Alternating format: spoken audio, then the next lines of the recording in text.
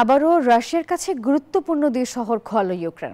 Pokrovsk ও Vovchansk দখলের দাবি করে পুতিনের সেনারা, যদিও তা প্রত্যাখ্যান করেছে কিয়েভ।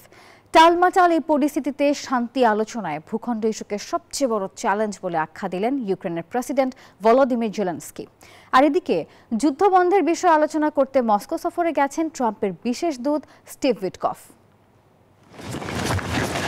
শত্রুপক্ষের গুরুত্বপূর্ণ শহর পোক্রোভস্ক দখলের পর এভাবেই পতাকা ওড়াতে দেখা যায় রুশ সেনাদের।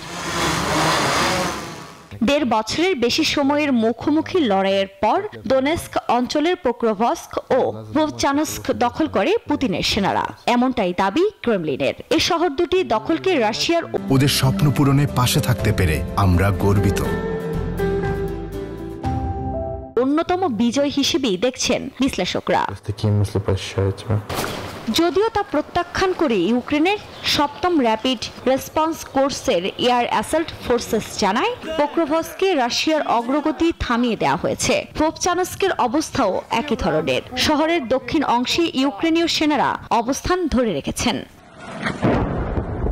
এদিকে শুধু শহর দখলই নয়, বিভিন্ন অঞ্চলেও চলছে পাল্টাপাল্টি হামলা। এরই মধ্যে ইউক্রেন যুদ্ধের শান্তি প্রচেষ্টায় চলছে নতুন তৎপরতা। সংকট সমাধানে আলোচনা করতে যুক্তরাষ্ট্রের ফ্লোরিডায় বৈঠকে বসেন মার্কিন ও ইউক্রেনের কর্মকর্তারা। এছাড়া প্যারিসে ফরাসি প্রেসিডেন্ট ইমানুয়েল ম্যাক্রোর সঙ্গে বৈঠক করেন ভলোদিমির জেলেনস্কি, যেখানে শান্তি আলোচনায় ভূখণ্ড ইস্যুকে সবচেয়ে বড় চ্যালেঞ্জ বলে আখ্যা দেন ইউক্রেনের প্রেসিডেন্ট। আফরিন মৌ, নিউজ 24।